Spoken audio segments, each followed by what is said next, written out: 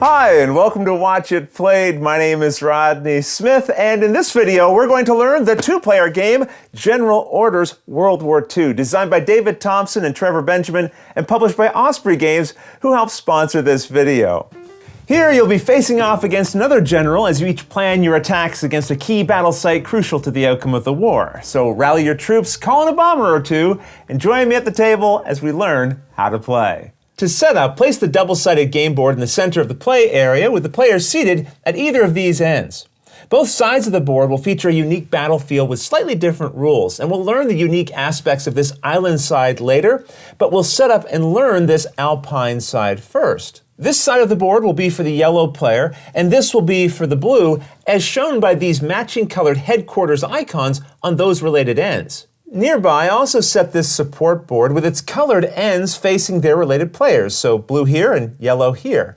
This is also double-sided, so flip it to this side when playing the Alpine map. These are the area bonus tokens, and you randomly place one onto each of these outlined spaces of the board until they're all filled in. When you're done, you should have two of them left over, which you'll just return to the box. Each player now collects one of these player aids and what are known as the troop and commander tokens in their color.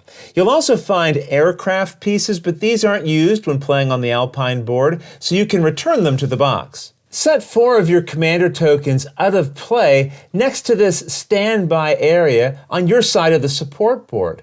The remaining 5 commanders you'll keep in front of yourself, along with all of your troops, in an area known as your reserve. The board is divided into a series of land areas which might be as small as a single hex or larger like these ones that we're seeing here. Look for any with dots in your color and place that number of troops into those spaces. For example, 3 troops would go here, and you can stack them or spread them out within that space as you like. It will look like this when both players are done. Now find the deck of operation cards which have this back and remove any with this palm tree symbol in their top right-hand corner. These are only used when playing on the island side of the board. The rest you'll shuffle into a face-down deck nearby along with the game's 4 dice. Then find this double-sided round marker and flip it to a random side, setting it with that side face up onto this round 1 space of the support board. And that's the setup.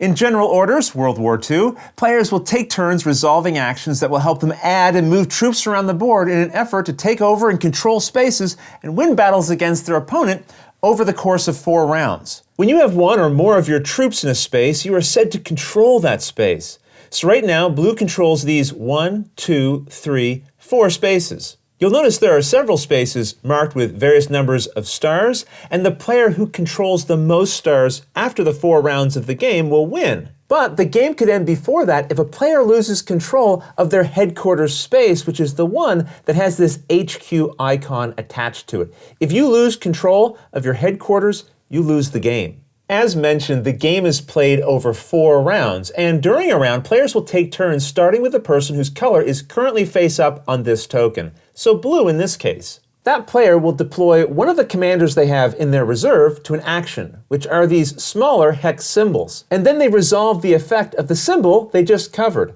We'll learn how these actions work in a moment, but when they're done, the next player assigns one of their commanders to a hex icon and resolves it. Now, each of these action icons can only have 1 commander assigned to it, but 2 commanders can be in the same space as long as they're each set on their own action icon. Players will take turns going back and forth, assigning 1 commander at a time from their reserve until a player passes. Once you run out of commanders in your reserve, you must pass. And remember, you don't have access to the 4 commanders in your standby area, not yet. Now you can pass while you still have commanders in your reserve, but if you do that, you won't take any more actions that round, and then your opponent will just continue placing commanders until they run out or they decide to pass. All right, before we start learning the various actions, there's one very important concept we have to understand, and that concept is called being in supply. A space you control, which again is any space that you have troops in, is considered to be in supply if you can trace a path through connected spaces that you control all the way back to your headquarters, which again is the space marked with this HQ icon. So for example, if we had pieces here, They are in supply because we can trace a path through these connected spaces back to our HQ. However, let's say that these troops weren't in this space. The piece in this space is now not in supply because there's no connected path of spaces we control back to our HQ. We'll see why being in supply matters as we start learning the various actions, which we're going to do right now. You'll find all of the action symbols and their names listed on your player reference, and let's go through them together, starting with the advance action. To assign a commander to an advance action, you can't already have your own troops in that space. So blue can't assign a commander to this advance action because it already has troops there. But you can advance into a space with an opponent's troops. However, there is one other requirement.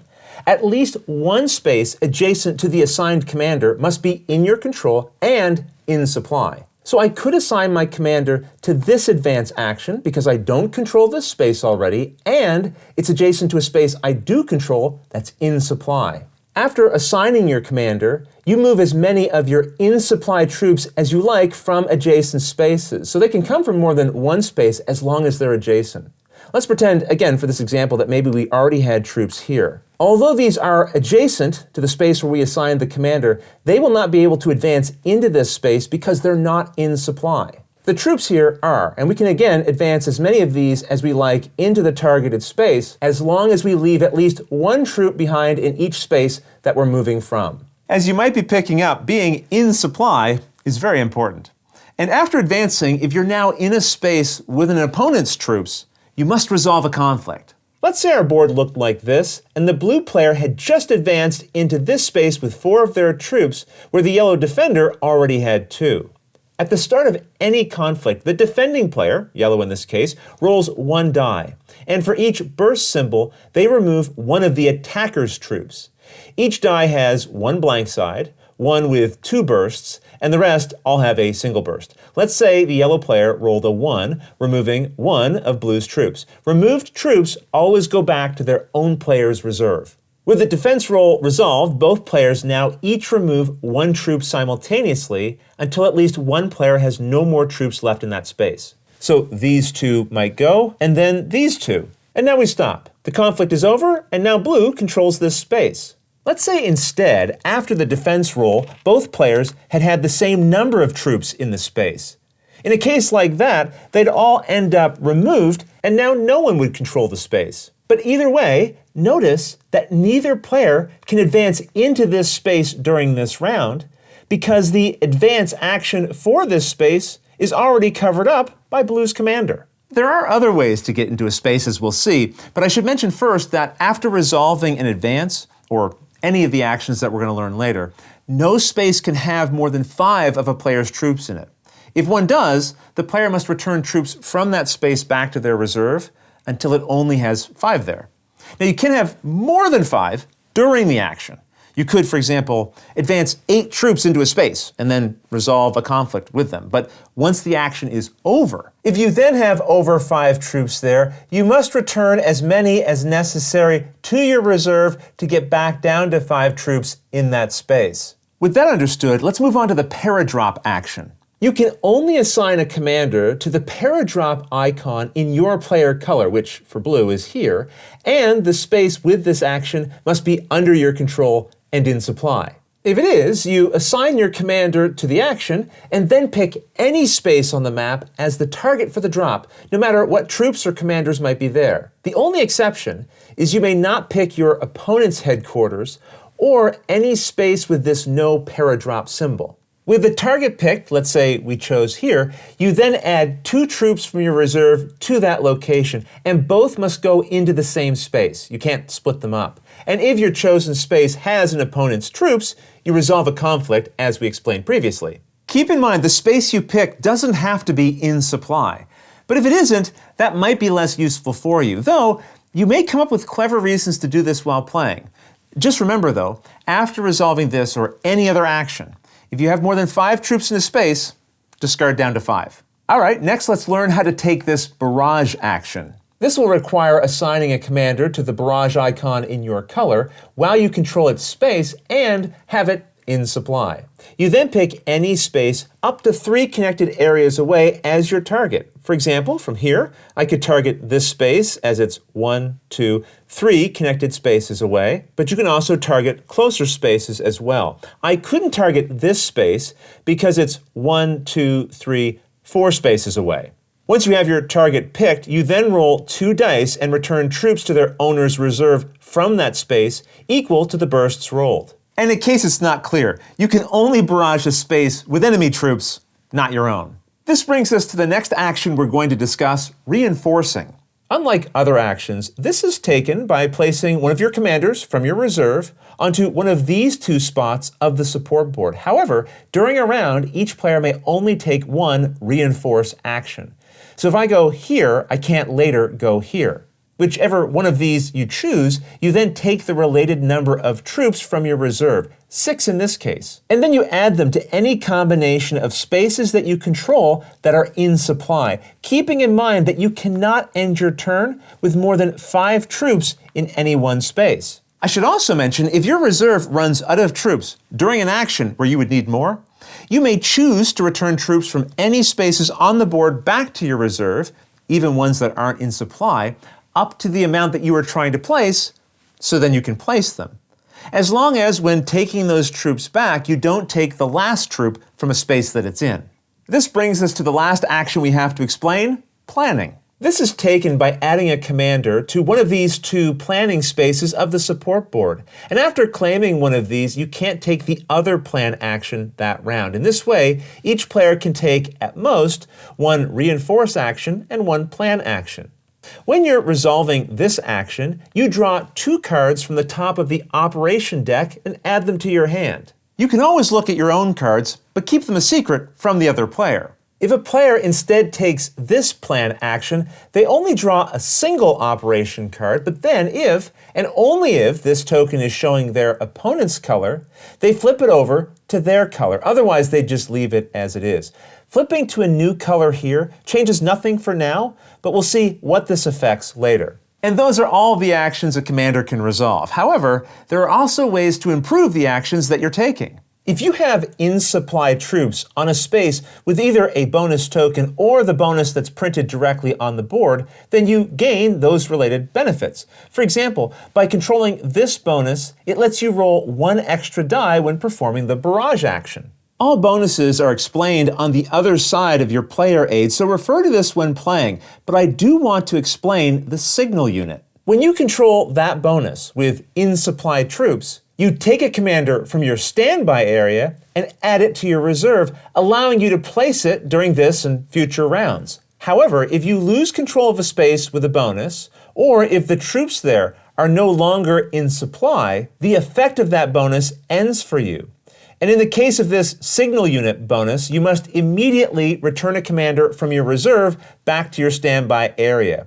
And if you had no commanders left here to return, you must instead take one from the board and return it to the standby area. As I mentioned, all the rest of the bonuses are explained in detail on your player aid, so we won't go over them here, but feel free to pause the video if you'd like to look them over. And this brings us to the last option we have to explain when taking an action, playing operation cards. Remember, you take the plan action to draw these, and there's no limit to how many you can have in your hand. Every operation card will have an area showing a time icon, which tells you when the card can be played. In this case, when you're performing the Barrage action. So if I was resolving a Barrage action, I could reveal this card from my hand to play it. You'll then find in this area the effect that is resolved. In this case, you roll 2 extra dice during the Barrage. And keep in mind, while there's no limit to the number of operations you can play during a turn, you cannot play the same operation more than once during a turn. It's even possible that a combination of effects would allow you to roll more than 4 dice. Now, the game only comes with 4, but you just roll those,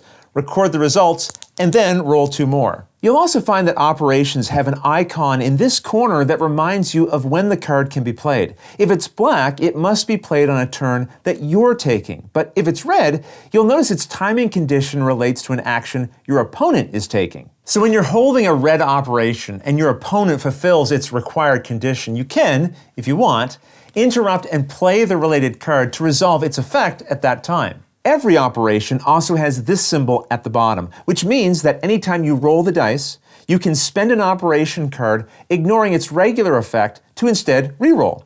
But you must reroll all of the dice that you just rolled. And here again, you can spend as many operation cards as you like in order to reroll as many times as you like. But whether you're rerolling or resolving a card's unique effect, after it's used, you set it face up into a shared discard pile. Operation cards may also give you access to the extra commanders in your standby area, but we're not going to go through each of the cards in this video, as how they work is explained directly on them.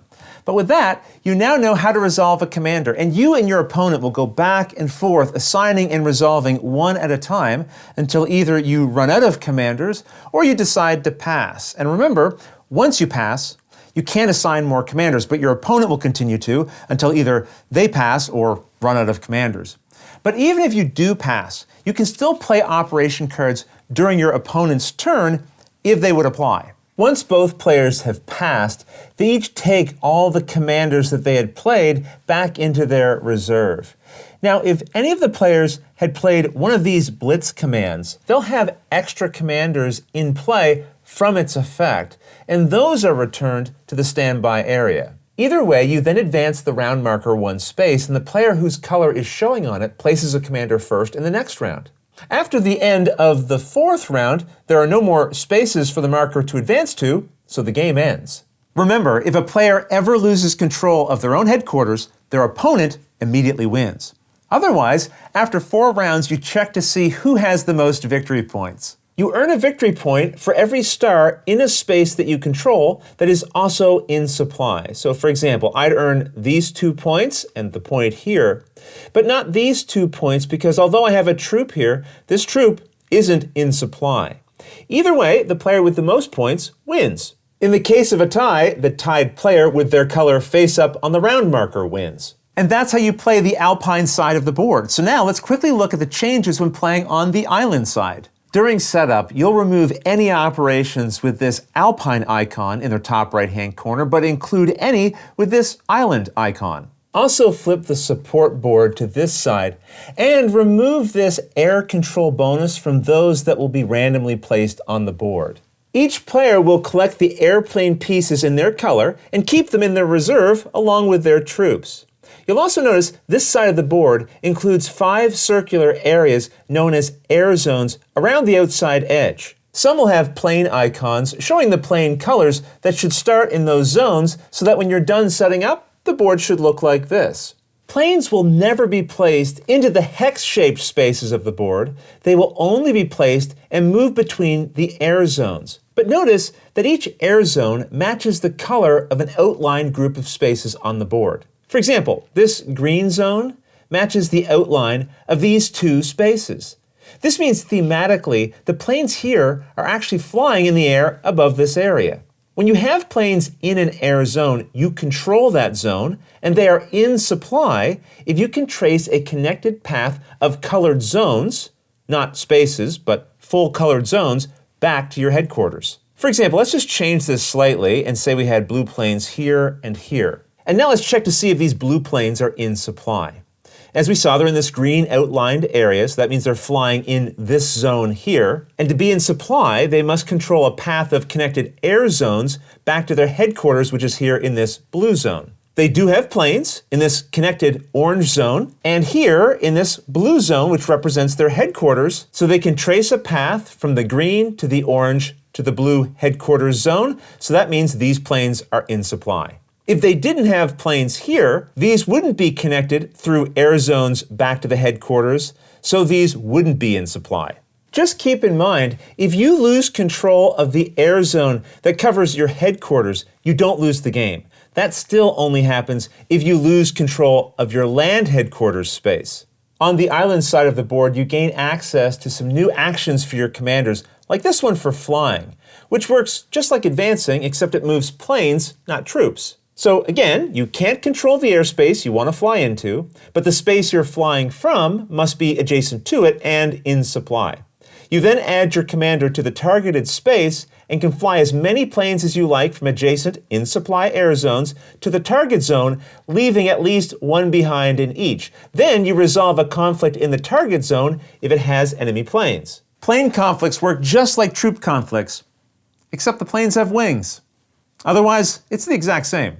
This is the bomb action. To take it, you must have at least 2 in-supply planes in that zone. You then add your commander here and choose a land space that matches the air zone's color. So red in this case. That means from here, we could bomb any one of these 3 spaces. Of course, we wouldn't bomb the space that we're in. With your target selected, let's say this space here, you then return as many planes as you want from that air zone back to your reserve, leaving at least 1 behind, and for each plane returned, you roll a die, removing as many troops from the targeted space as the number of burst symbols rolled.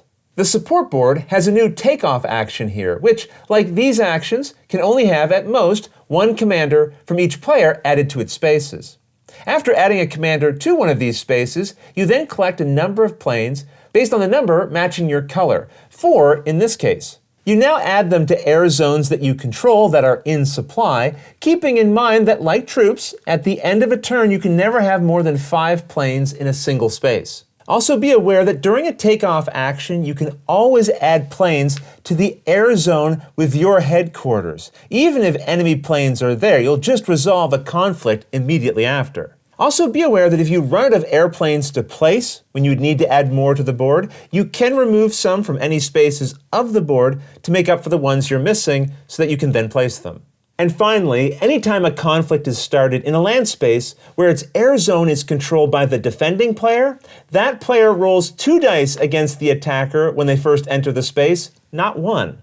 And that covers the rules for the island side of the map. And you'll notice the victory stars are spread out differently from the alpine side, and so are the bonus tokens, creating new strategies to consider. But otherwise, that's everything you need to know to play General Orders World War II. If you have any questions about anything you saw here, feel free to put them in the comments below, and I'll gladly answer them as soon as I get a chance. You'll also find forums for discussion, pictures, other videos, and lots more over at the games page on Board Game Geek, and I'll put a link to that in the description below. And if you found this video helpful, please consider giving it a like, subscribing, and clicking that little bell icon so you get notification anytime we post a new video. And if you'd like to support us directly, you can join our Patreon team, which I'll have linked below. But until next time, thanks for watching.